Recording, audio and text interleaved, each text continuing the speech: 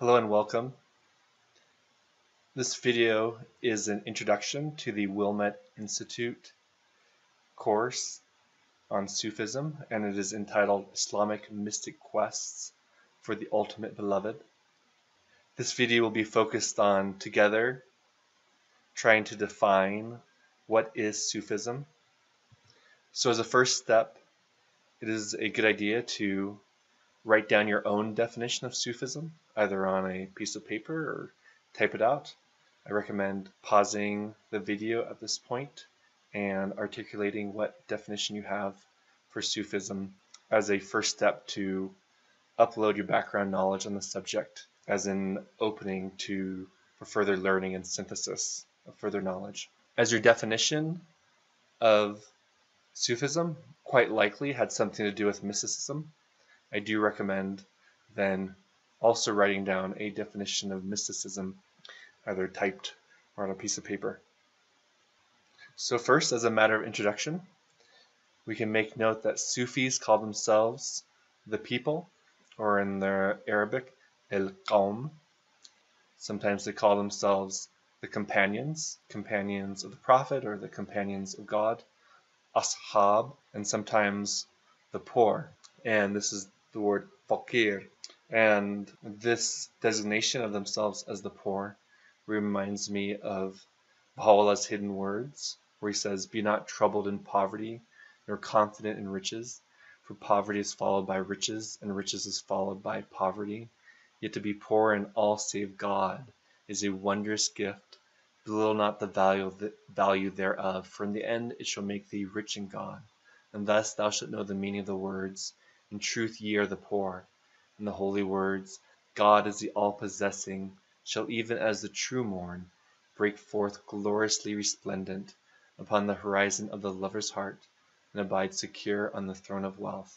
So Sufis sometimes would refer themselves as Sufis, but even more prevalent were these words, the people, the companions, or the poor, al-Qawm, al-Ashab, al-Faqir. To try to define Sufism, we might start with its etymology. The word Sufi is related to the Arabic word tasawwuf. Trying to figure out what is the root etymology has generated much discussion among scholars. It has been posited that it is linked to the Greek word sophos, such as we hear in English with the word philosophy, or the love of wisdom, sophos meaning the wise. In the book Mystical Dimensions of Islam, which we'll be reading for this introduction to Sufism course, Anne-Marie Schimmel says that this is an interesting but philologically impossible connection that the word Sufi has to do with sophos in etymological genealogy. Besides that, the word sophos comes from an Indo-European language, while tasawwuf and Sufi are from the Arabic, a Semitic language, so different language families. I don't know the linguistic roots of such an argument that it's philologically impossible for these words to be connected, but for sure in a more conceptual approach, Sufism in a way has to do with a quest for wisdom.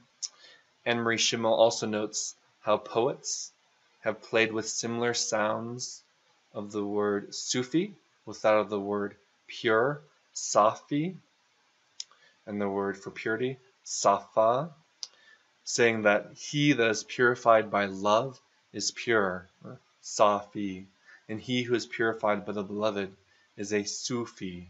You can read that on Anne-Marie Schimmel's Mystical Dimensions of Islam, page 39, and there are pages that are listed on the PDF application itself, not on the scanned pages itself. So often at the bottom of a PDF, or sometimes at the top, it lists the PDF applications, designates the page rather than, say, the number on the physical page that was scanned. If you want to read more information and discussion of Schimmel talking about these roots, linguistic roots of the word Sufi. However, Schimmel is of the mind, along with most scholars who have researched the subject, The origins of the word Sufi are not completely clear, but it seems to come from the word suf, which refers to a coarse wool garment, also called a karka, that the first generation of Muslim ascetics wore as a sign of their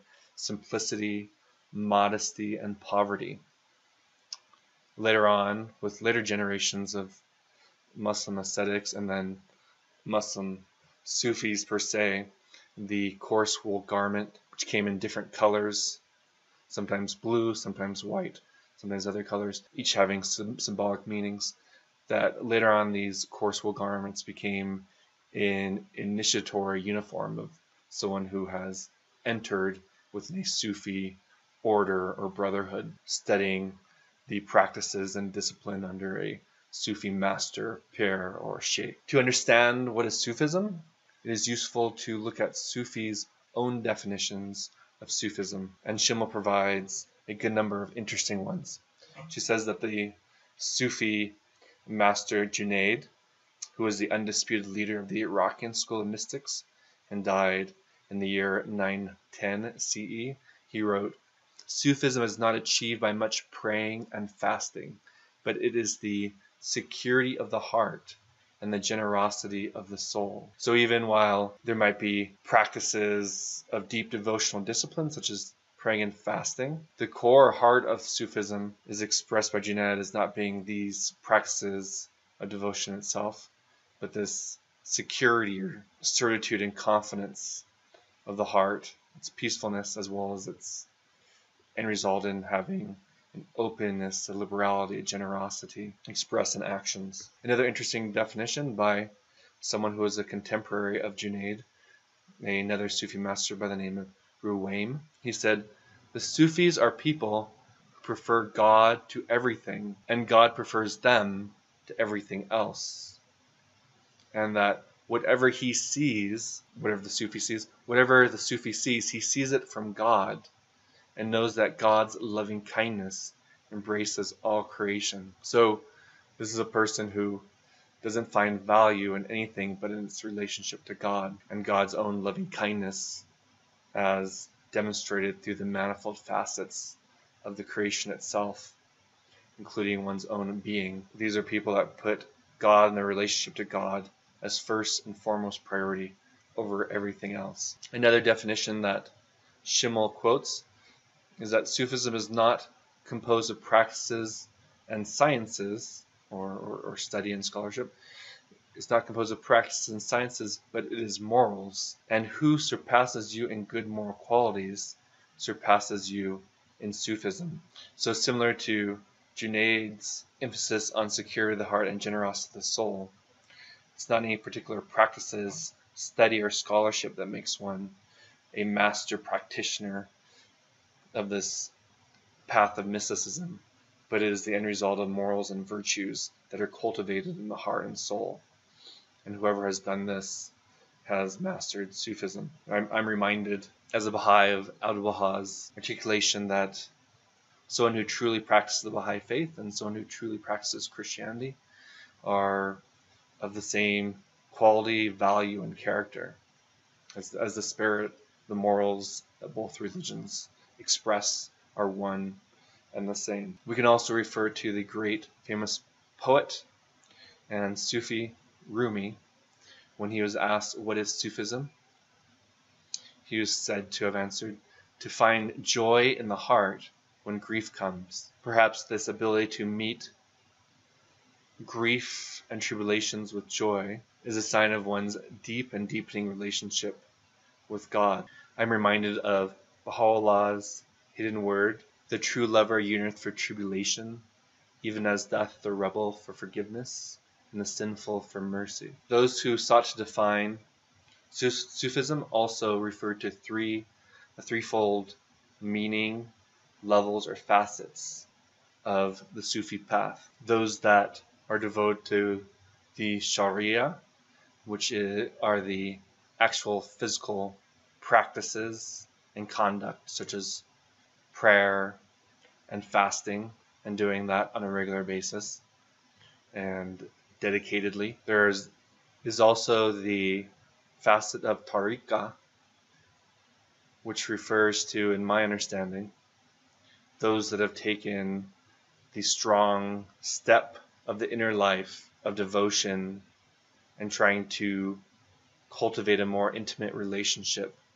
with God. This is the inner life of devotion beyond just the physical movements that might help with this devotional path. And then there is the facet of hakika, which refers to truth, an encounter with truth.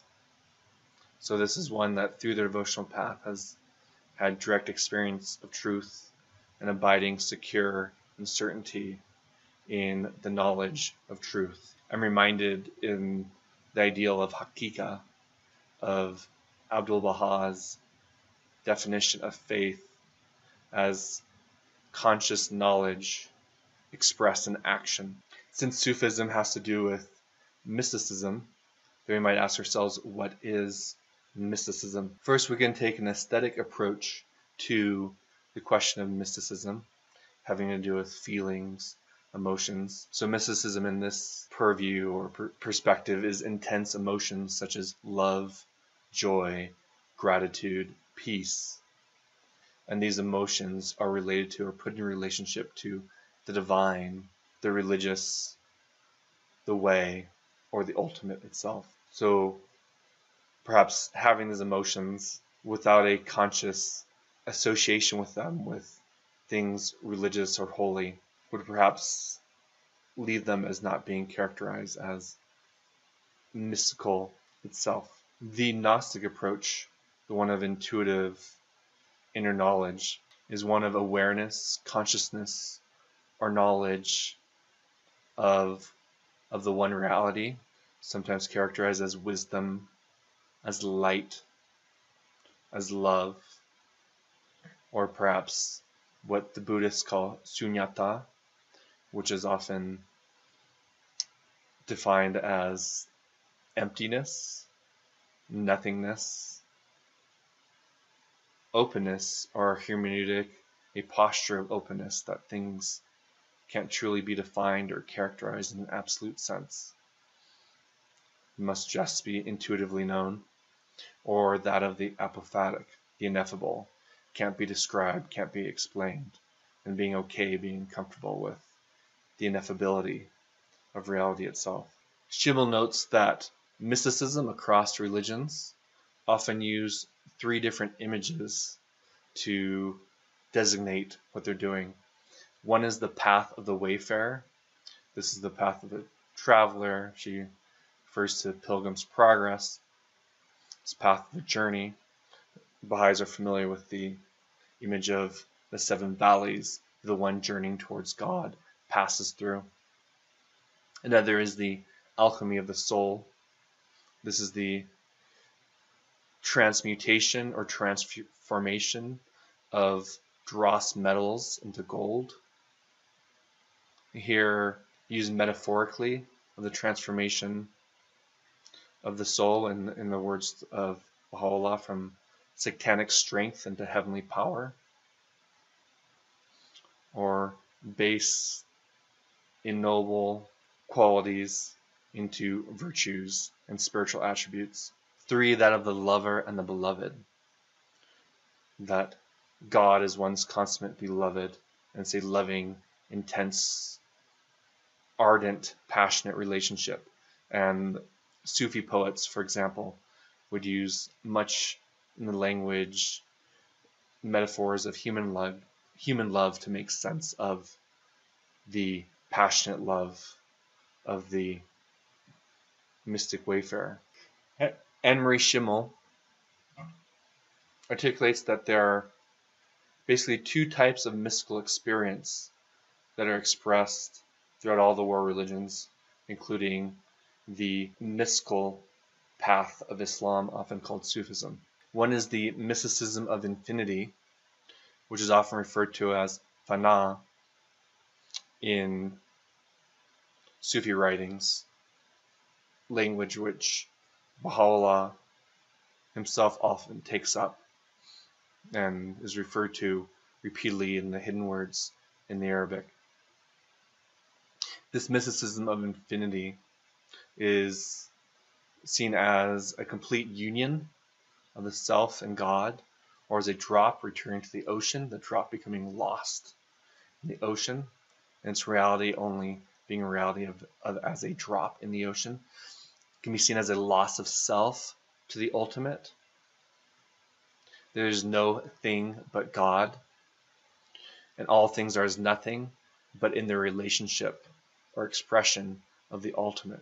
This is the experience of being lost in God, that there is no more I am. The only I am that is left is that I am of the all-pervading reality of God. The second is what Schimmel calls the mysticism of personality. And this uses the Arabic word baqa, which is fun to say. And Baha'u'llah too takes up such language in the Arabic hidden words of baqa. And this is the relationship of one to another. This is the relationship of the creature to its creator. It is the relationship of the slave to the Lord, or the servant to the Lord. And the word slave, abd, in Arabic is often also translated as servant, both in Islamic as well as in Baha'i context, or that of the lover to the beloved. There's two, they have an ardent, passionate relationship, but there's two in the relationship. The self is not completely lost. The self has reality, but that reality is only significant always in its relationship to its creator, its Lord, its beloved. However, Schimmel makes notes that most mystics don't dichotomously just express one, the mysticism of infinity, or the mysticism of personality, but express both types, not purely one or the other. And many Sufi poets would go back and forth between one sort of metaphorical articulation of this of mysticism and the other metaphorical expression of mysticism. And Schimmel also makes notes that mysticism and mystery, these English words both come from the Greek mayin, which literally means to close the eyes. So there's something about mystery in mysticism. There's something about closing the eyes. How do we make sense of this idea of closing the eyes? To make sense of what this closing the eyes means, I offer my own understanding of the Arabic hidden word, O Son of Light, forget all save me and commune with my spirit. This is of the essence of my command. Therefore turn unto it. This is the Arabic hidden word number 16.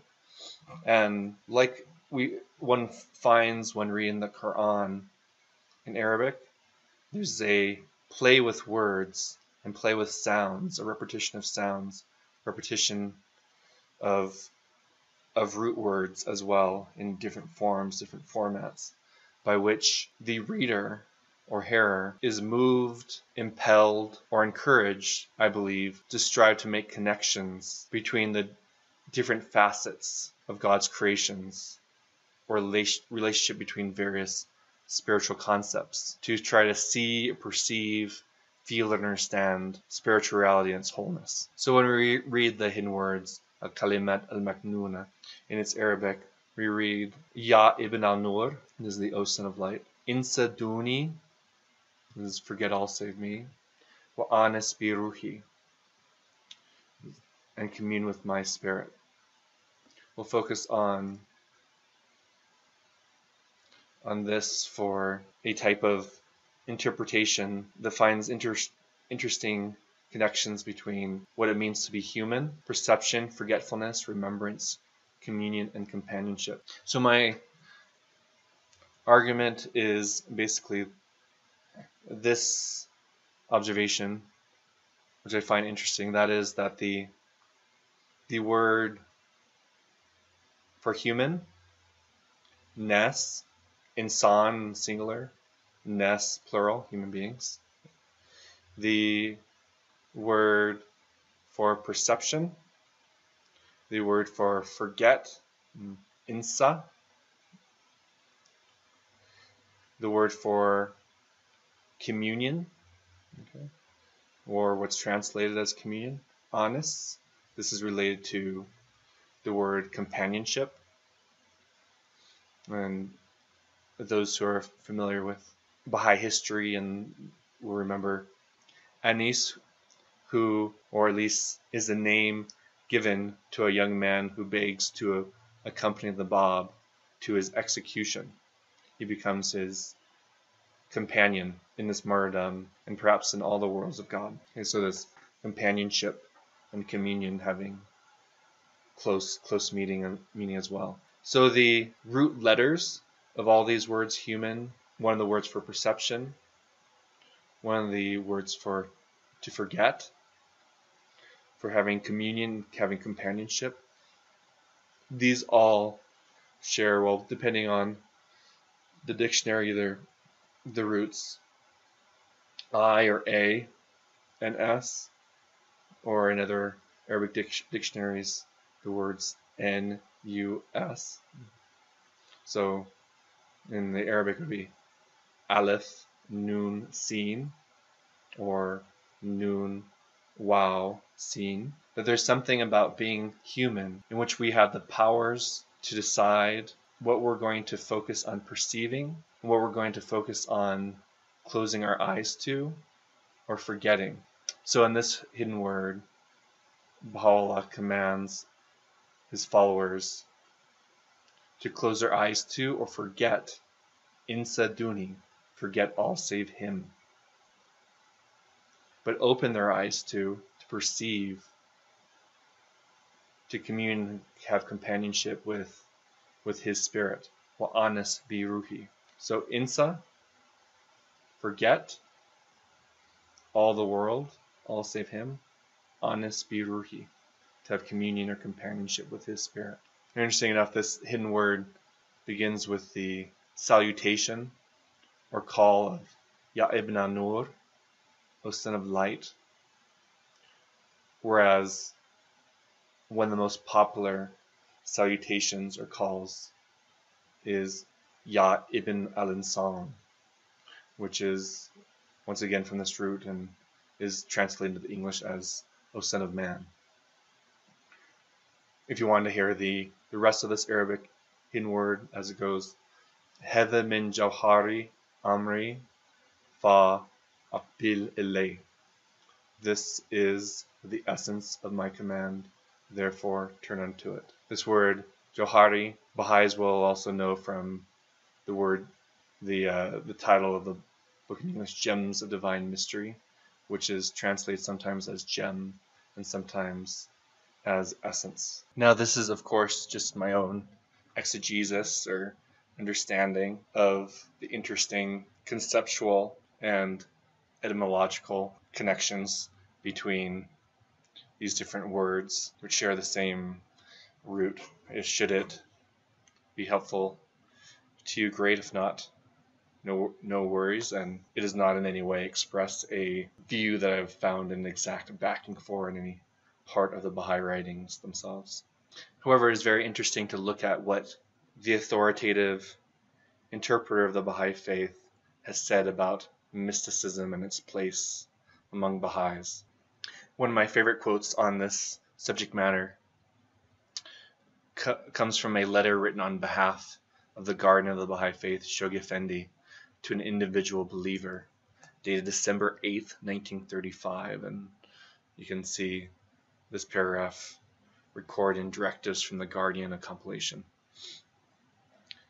Shoghi Effendi recorded to have said, the core of religious faith is that mystical feeling which unites man with God. This state of spiritual communion can be brought about and maintained by means of meditation and prayer.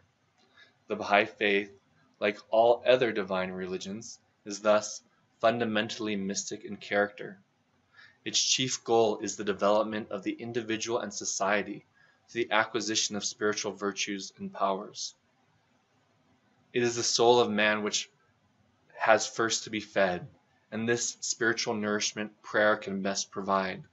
Laws and institutions, as viewed by Baha'u'llah, can become really effective only when our inner spiritual life has been perfected and transformed. Otherwise, religion will degenerate into a mere organization and become a dead thing. I find these words very interesting, that Shoghi Effendi defines the core of religious faith to be that mystic feeling which unites man with God.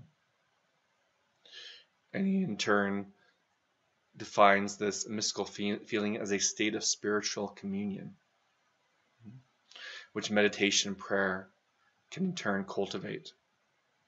And then the Baha'i faith shares with all divine religions this mystical characterization, or this mystical impetus. So perhaps learning about Sufism, the mystical expressions of Islam, can help a Baha'i understand the mystical currents within all religions. And then we see words similar to how some of the Sufi masters understood the very spirit or raison d'être, the very heart of what Sufism means. Its chief goal is the development of the individual in society, the acquisition of spiritual virtues and powers.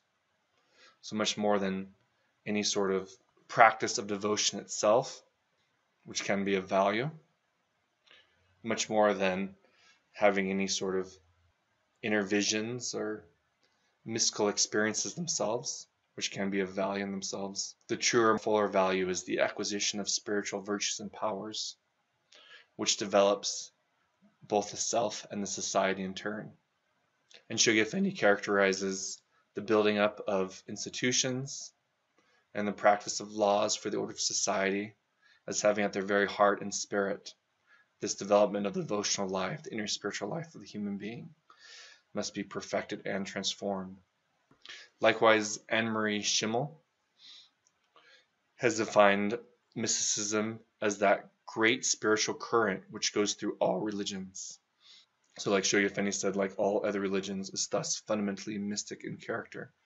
So the study of mysticism in Islam, or mysticism in Buddhism, or in Hinduism, or in Christianity, or in Judaism, or in Sikhism, perhaps can help a person, Baha'i or not, understand mysticism in its general senses as well as in its particular senses within all the world religions. Another quote from the guardian of the Baha'i faith, Shoghi Effendi, related to the place of mysticism for Baha'is. The guardian feels so-and-so should study more deeply the teachings and meditate on what he studies. We liken God to the sun, which gives us all our life. So the Spirit of God reaches us to the souls of the manifestations. We must learn to commune with their souls, and this is what the martyrs seem to have done, what brought them such ecstasy of joy that life became a nothing. This is the true mysticism, and the secret inner meaning of life, which humanity has at present drifted so far from. The guardian will pray that this dear friend may deepen his understanding and arise, become a wonderful teacher of the faith. So in this lovely quote, which I tried to commit to memory about half my life ago, I liked it so much. Shoghi Effendi equates communion with the soul of the manifestation as communion with the Spirit of God itself, and this communion, this state of spiritual communion, as the true mysticism, and even the secret inner meaning of life itself, the very purpose of life. And this inner communion bears fruit in becoming a wonderful teacher of the faith, perhaps both by the example of one's actions as well as by the effect of one's words as well. This was written also on behalf of the guardian. This one was written to the Manchester Spiritual Assembly. Manchester, I believe, is in England, and dated 28 July 1950, and is found in the compilation of letters Unfolding Destiny. Perhaps the study of Sufism can help Baha'is and other curious people taking this course reflect on their own inner life and their place of prayer and meditation within it. Prayer and meditation has been central to so many of the world's religions in developing one's inner spiritual life, that state of spiritual communion. We'll learn further about the practice of Sufi vigils, often called chilas, which refers to the Persian word for 40. And in chilas, a Sufi, as part of their initiation often, then routinely later, every so often, they'd be asked to remove themselves, go into seclusion. Often a Sufi lodge or order would have a special house where a room was designated for such a thing, and they would fast for these 40 days. I do, from what I understand, they would do it something like an Islamic fast, where they would eat lightly before sunrise and sunset, and drink lightly and fast during the remaining 12 to 16 hours of sunlight. But they would spend that time, that 40 days and nights, praying and meditating and trying to deepen their spiritual life constantly. Why 40? I'm not entirely sure, but perhaps it's related to the emphasis the number 40 gives, especially within the Abrahamic religions, Judaism, Christianity, and Islam. For example, we can see the 40-year exile of Moses after he kills a man in Egypt, in his own exile to Midian, before he sees the burning bush and is commanded to go to Pharaoh and tell him to let my people go. And then once the people have been let go, their 40 years of wandering in Sinai, their own sort of spiritual purging and purification to ready themselves to occupy the Holy Land. Jesus' own 40 days of self-purification in the wilderness before he's really commissioned to begin his mission. There are some traditions that suggest that Muhammad himself would do 40-day retreats of meditation, prayer, especially before the inauguration of his mission, when he had the encounter with the angel Gabriel, who said, "Ikra," read in the name of the Lord, or recite, proclaim in the name of the Lord. And similarly, this experience happened to Muhammad when he was said to be of the age of 40. Now, Mullah Hussein, should say Bushrui, is recorded in the Dawn Breakers to have prayed and fasted in Najaf for 40 days before he took his journey to try to find the promised one of Islam that Sayyid Kazim Rushdie said would be coming very soon. Perhaps Mullah Hussein Bushrui was influenced by the Chila practice itself of the Sufis to choose 40 days and to pray and fast before he begins his journey. Similar interesting practices of long and ardent devotion to try to develop one's spiritual life and an encounter and direct encounter experience of God is the Methodist Christian and Pentecostal Christian practice of tarrying. Tarrying meaning to stay or wait or linger. The Christian will long for and beseech and supplicate, praying for long periods of time, sometimes hours, often through the night, until the Holy Spirit arrives, or they have this direct experience of the divine in their estimation. And the practice seems to be that God will perceive the sincerity and ardor of the seeker for this direct divine encounter and deepening of his or her relationship with God, and will allow him or her to be blessed with the experience of the Holy Spirit. The Tibetan Buddhists practice with mantras is similar sort of long, dedicated focus and concentration on what they see as spirituality.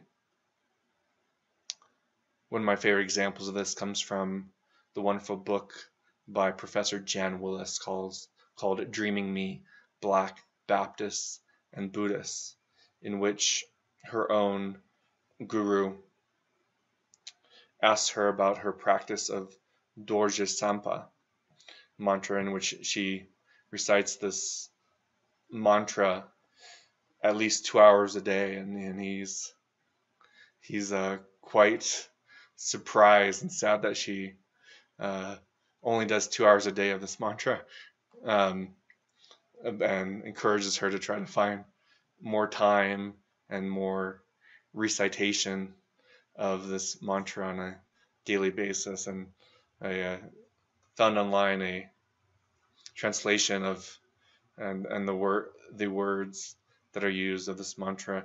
Only the beginning, opening, say third of it that I cite here says Om Benza Sato Samaya Manu Palaya Benza Sato Tenopa Tishtadri Do Me Bahawa Suto Kayo Me Bahawa, and roughly translated as, O diamond mind Bodhisattva, protect the Samaya, or the Buddhist ethical vows and practices.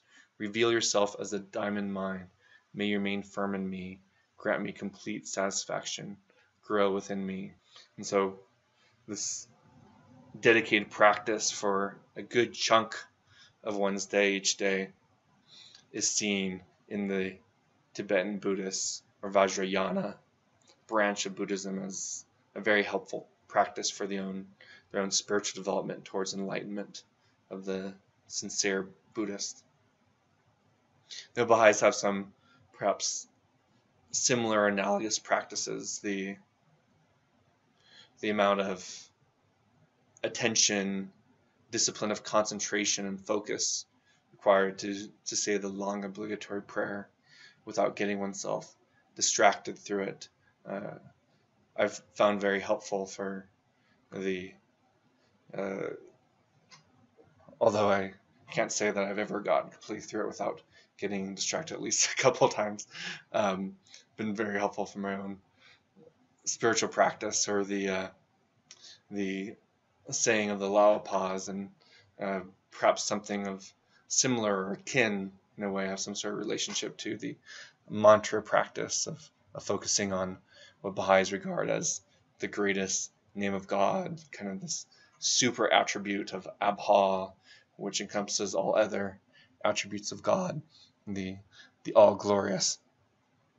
And this recitation 95 times at a certain portion or time period of one's day.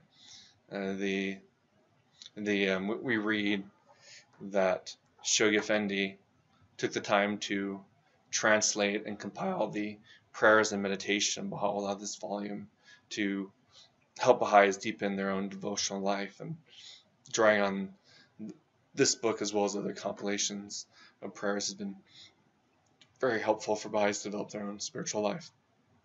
We Baha'is who fast from March 2nd to March 20th, as they're doing their prayers before the fast starts and during the fast and during the close of the fast, and especially in the English translations, Baha'is struggle to find short prayers that can only take a few minutes to say during these times, especially sometimes when you're trying to get a prayer in last minute before you break your fast at 6 p.m. or whatever it is after 12 hours, and then try to find that short prayer that you find that all the prayers are good 3, 5, 7, sometimes 9 pages in most prayer books, and take a good while to say. And perhaps although there are shorter prayers that Baha'is can now find, perhaps as practices to help the sort of focus and kind of tearing practice to cultivate one's own spiritual life through the fast itself. And then Baha'is and are trying to develop their own spiritual life for their communities and open these to friends, neighbors, and relatives by having devotional gatherings in which communally people can come together and commune with God and develop their own relationship with God through praying together and singing devotional prayers and quotes from Baha'i writings together.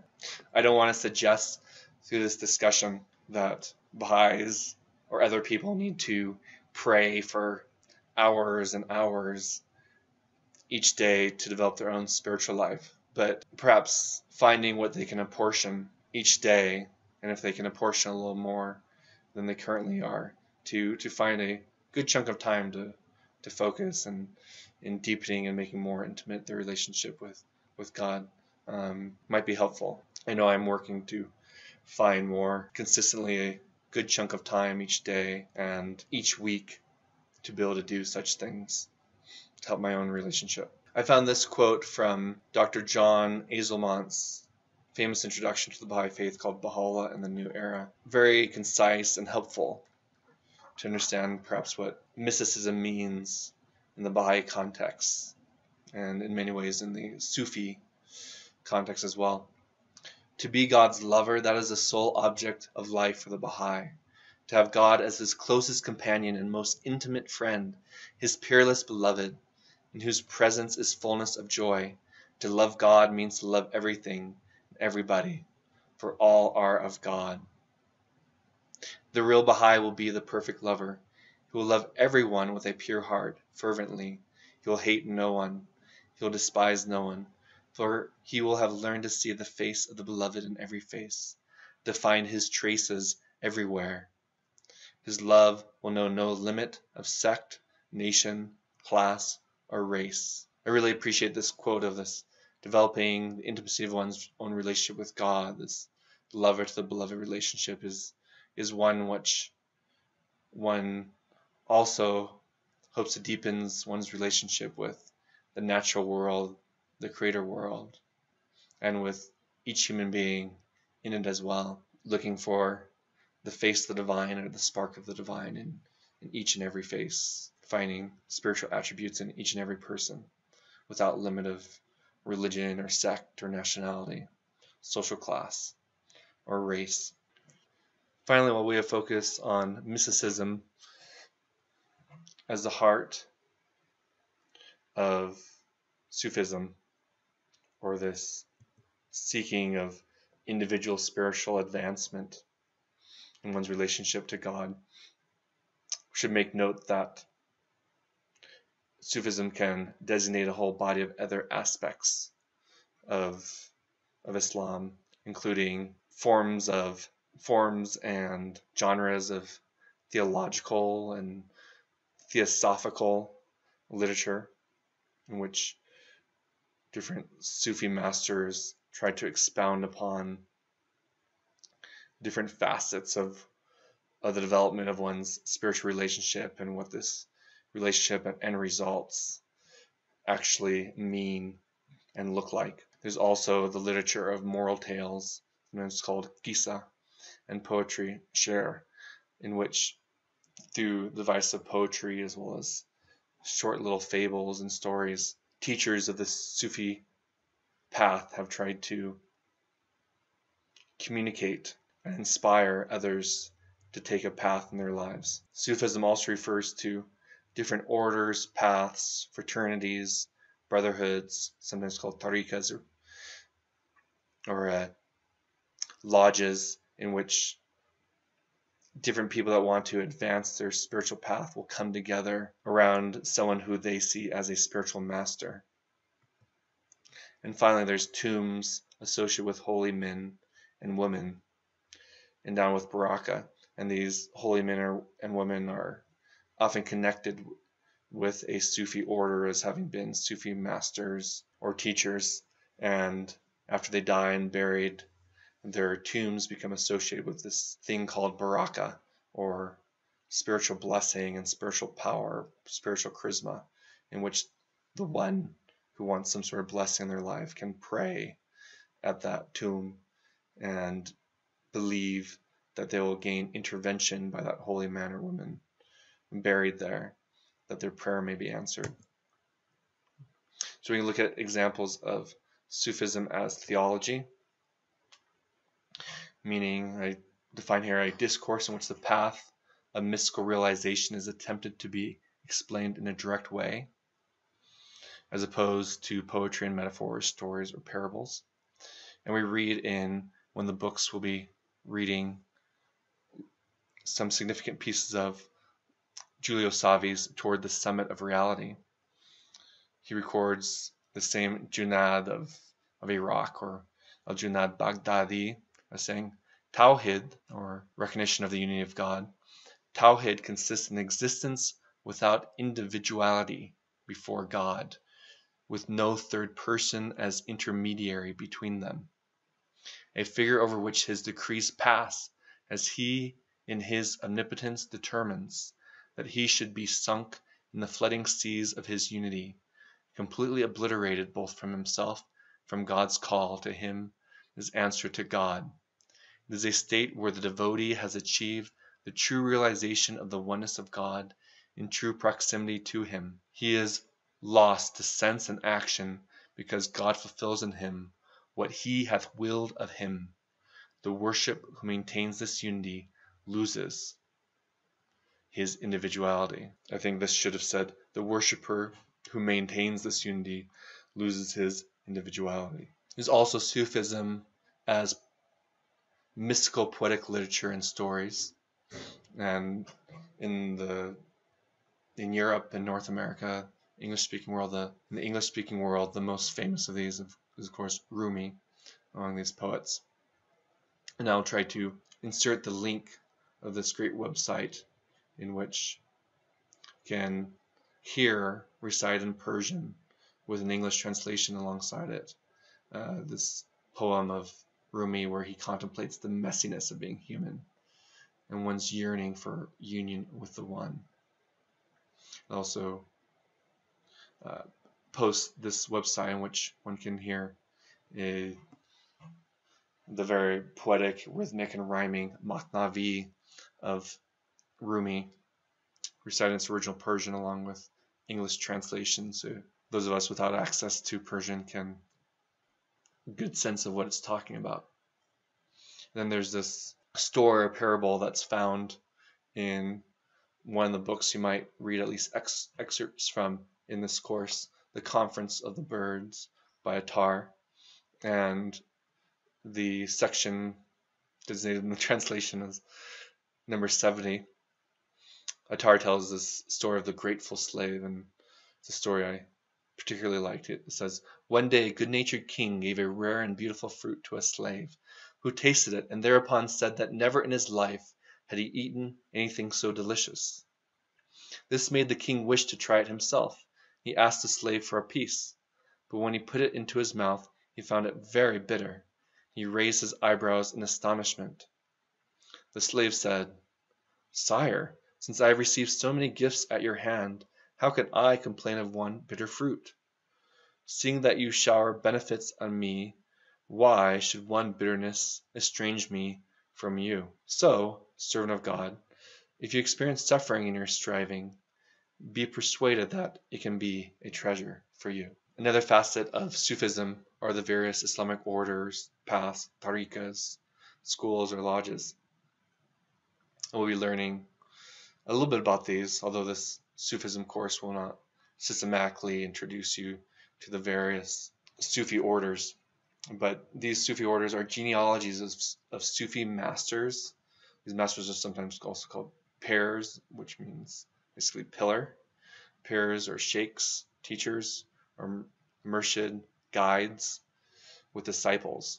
So genealogies meaning one person appoints another, who appoints another, and the latest Sufi master can trace back this lineage before him of being appointed by so and so, who was appointed by so and so, right? So these genealogies. So there's these various genealogies of masters of the mystical path, and people surround themselves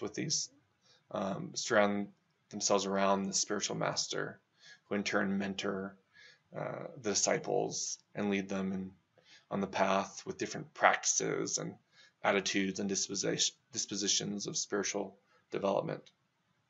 So I've named a few of some of the most famous ones, including the Mevlevi or the Maulawiya, which was founded by Rumi after the word Maulana, or master, and they're famous for the whirling dervishes, and we'll be sure to provide some videos of the whirling dervishes as part of this Sufism course.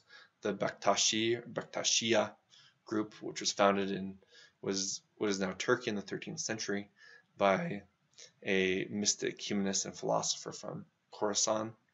There's the Qadiri or Qadariya, which is the most widespread Sufi order found in Baghdad in the 11th century.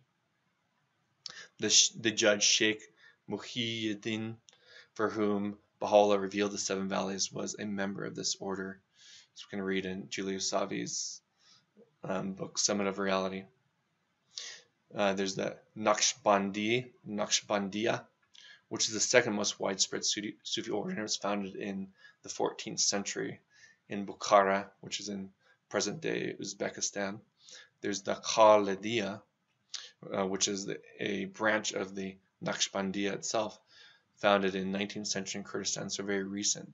Baha'u'llah was a frequent guest of this order during his retirement into Sulaimaniya, and the four valleys was revealed in answer to the question of the head of the order in Kurdistan. And Giulio Savi makes note of this.